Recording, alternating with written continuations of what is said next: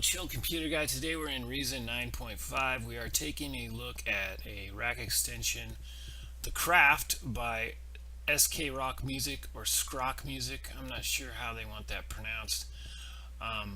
This particular synthesizer is on sale right now. Let's go over to the web page here. You can see that this is on sale for $9 right now, so it's a heck of a deal. But this sale's only going on for 80 hours, 51 minutes, 1 second. You can see it's ticking away here. So this is a sale that's the end of summer sale. And it's been going on for a few days now. I don't know how long this sale's been going on, but it's coming into the last like three or so days. And I've checked out a couple of these rack extensions, but this one in particular I think is a solid deal. Head over to Propellerhead Reason. We'll take a look at this thing in action. Here it is here. We got the default patch.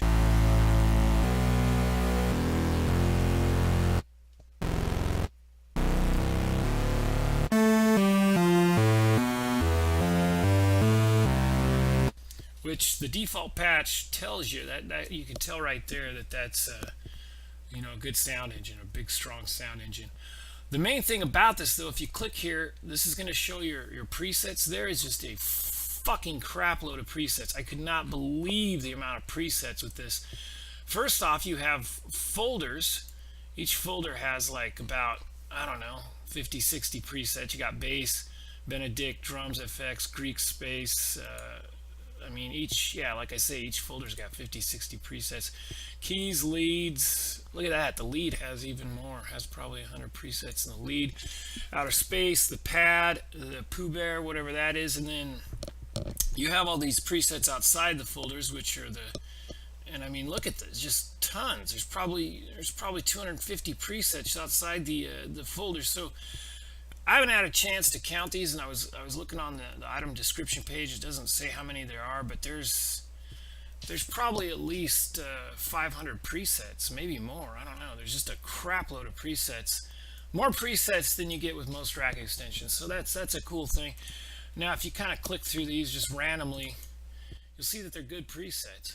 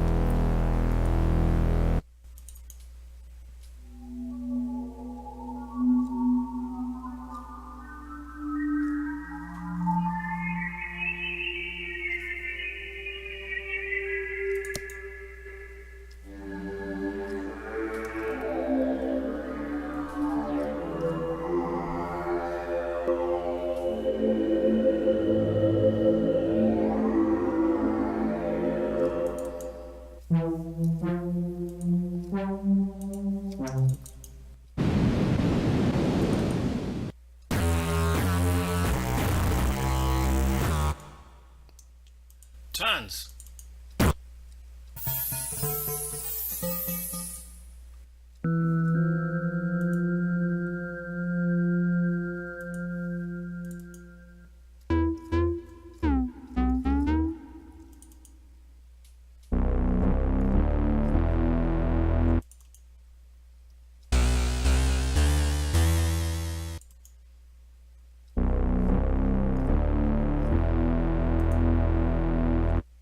Pads.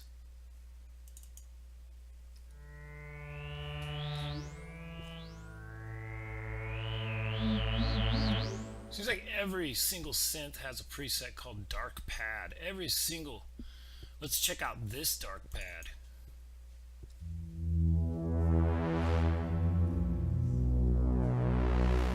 Let's play a chord.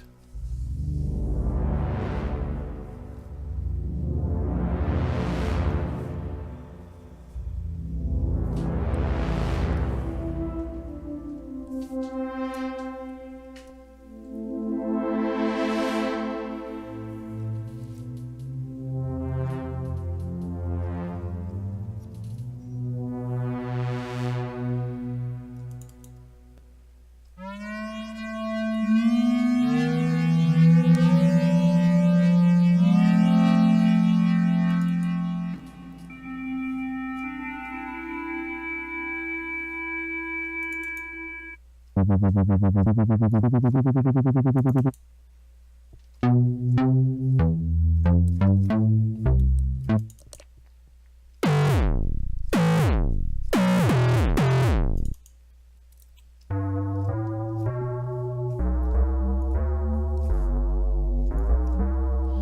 mean, really, I could just sit here all day and flip through these presets, but they're all really good sounding presets. I mean, obviously tried them all, but there's hundreds and hundreds and hundreds of presets, a shitload of presets, which is great. And the other thing I really like about this synth is it looks good. It's got a minimalistic look. It's a little cramped, but not too bad. Let's go ahead and right click and reset this to the default. And you can see we have 1, 2, 3 oscillators. Now each oscillator has a filter tab with, it looks like a low pass and a band pass. So just 2 filters there. And then also has a modulator, which is on or off.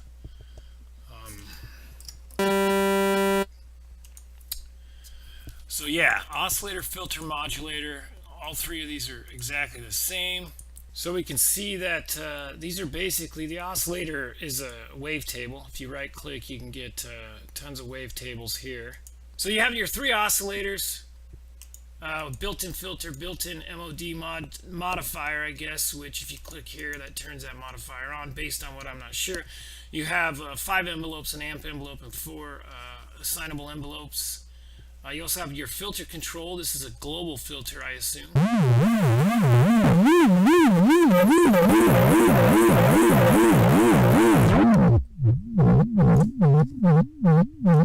Then you have a source. So this is let's go to LFO2 here.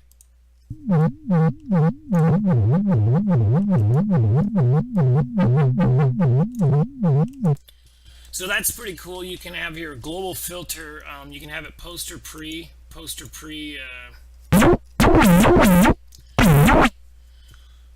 You have your cutoff, your resonant, your drive, your key tracking, the amount that this source right here is affecting the global filter, and the source you can set by clicking here. You have LFO 1, 2, your pitch bend. That's kind of fun.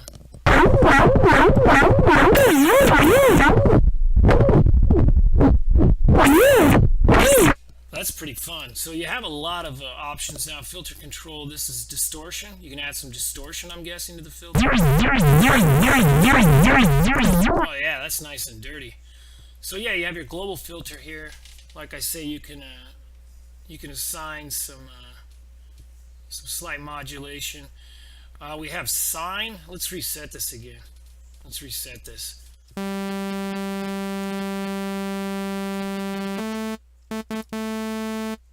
So resonance, we have.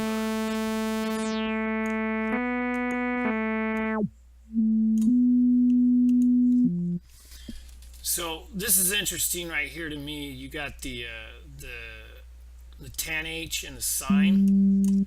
I'm not really sure about this. Apparently, this is probably the this is probably the slope of the global filter here. You can have a sine filter or a tan. I don't know what that is, but yeah, really cool. Have a global filter, and then you can post or pre. This is probably post and pre effects. So if you want it before the effects, you can pre, you can post. This is before or after the effects that I'm guessing right here.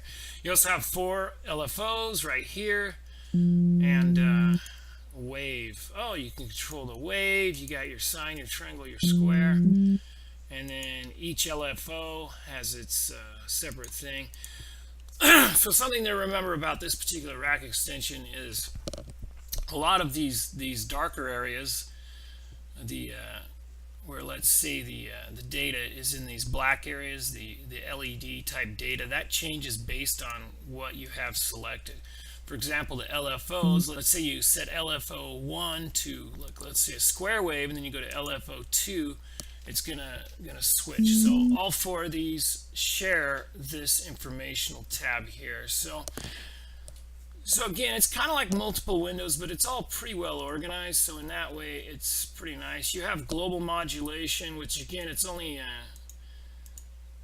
3 slots here, but really, you know, that's good enough. That's good enough. I'm all into minimalism. You don't want like a million slots for, you know, this is a good solid minimalistic type of look, minimalistic type of feel. And I like the fact that you don't have 1,000,000,000 modulation spots. You only have the three. And then you have a source on the left and then destination on the right.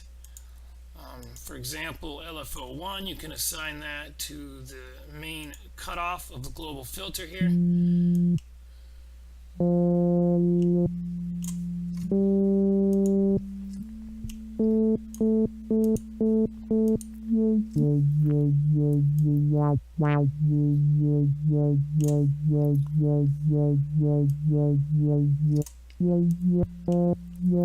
So you can go with the sine, triangle, square wave, which is interesting. So this knob here basically does the same as this, which is kind of weird to me. It's a little redundant, but what the hell, you know. So you have sine, triangle, square, which you can right select, or you can just click on the, you can turn the knob as well to switch between those. You can have a trigger.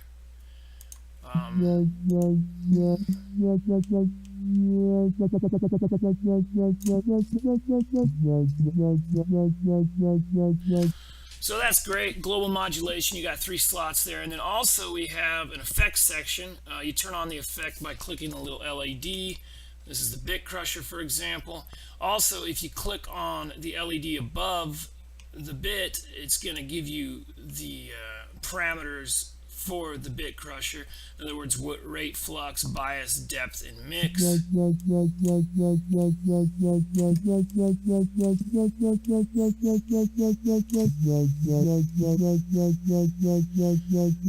So super important to remember, a lot of these knobs are based on whatever you have highlighted. For example, the flanger, which is turned off. So I'm going to turn it on by clicking the LED. Now you have the controls for the flanger: delay, feedback, rate, depth.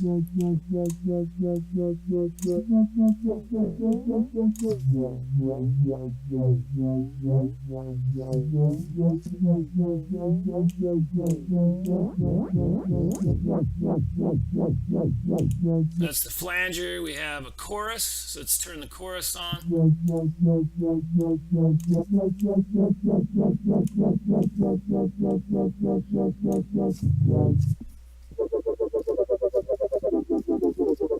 You can see that key tracking, the LFO, the key tracking.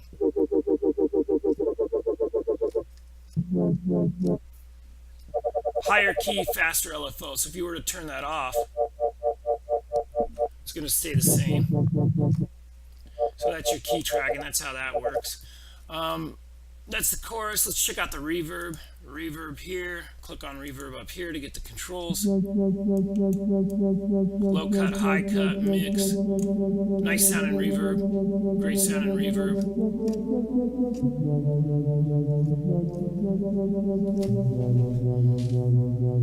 Beautiful. Nice, nice. Great sounding effects. We also have a master output here. You got the volume, the pan, the semi, the glide, and then, oh, this is nice. You got poly. You can go either single notes for like a bass. You can go 4 notes at a time or 8 notes at a time. That's nice. I like that. I like that. You know, that's really all you need. 1, 4, and 8. So if you just want to do some basic chords, you leave this on 4. If you want to do some, you know, some ninth chords or whatever, you know, kind of shit you want to do, you can select that right there. So unbelievable. All in all, I really like the synth. The routing up here is a little confusing as far as the modifiers. You can turn them on, but I'm not sure like how to control these modifiers. In other words, I don't know what we're modifying from, I guess. So you have 3 oscillators. Each one has its own dedicated filter as well as mod. And you can control all this. You know, the controls they're tight. It's a nice, tight, compact setting here. Basically, you got to remember that whatever you have clicked on up here, whichever thing is highlighted, your controls are going to change based on whatever you have selected. That's an important thing that the synthesizer utilizes, making you know, a small, compact design, but something with a lot of capabilities. So you have your oscillator, your filter, your modulator. So you have your oscillator, which you can retrigger, have that off. These are basically wavetable oscillators. You have a lot of different waves here. If you were to click on this, you have wavetable, soft phase, square phase, triphase, wave C, lots of different wavetables. Bro white noise.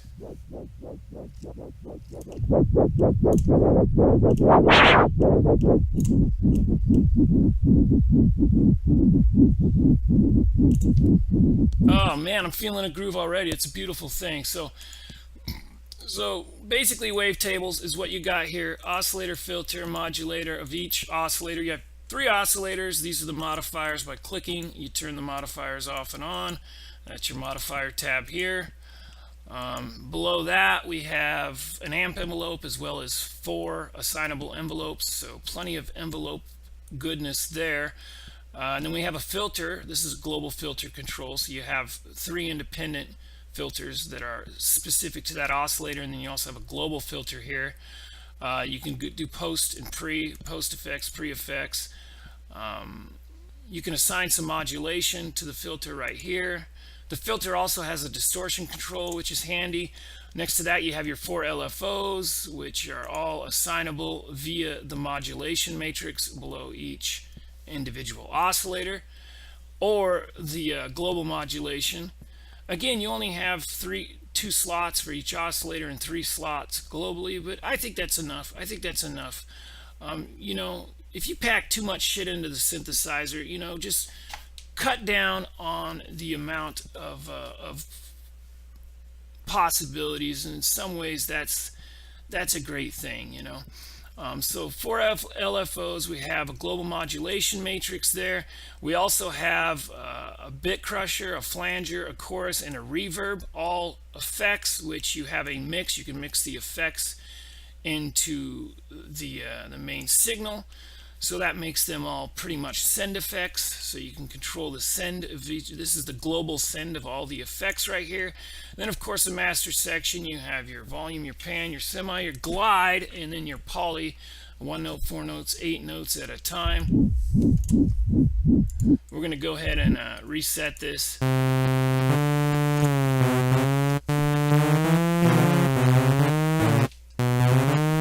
Listen to that glide. We're going to go into the outer space.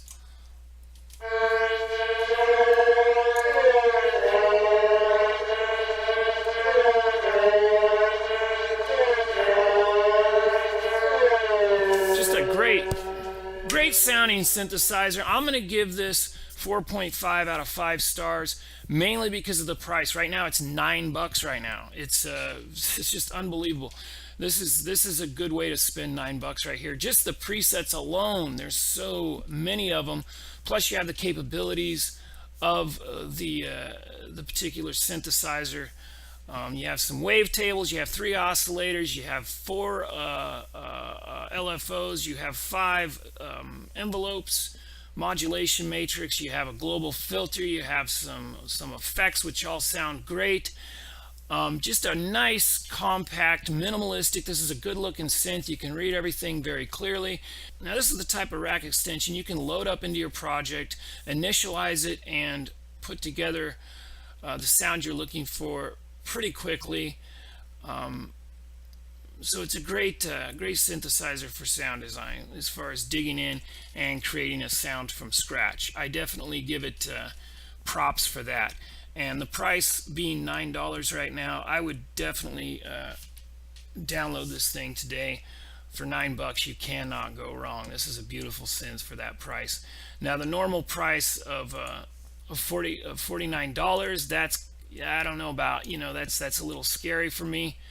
But for the amount of presets, that's still a pretty killer deal. But for $9, that's a home run right there. So definitely check that out.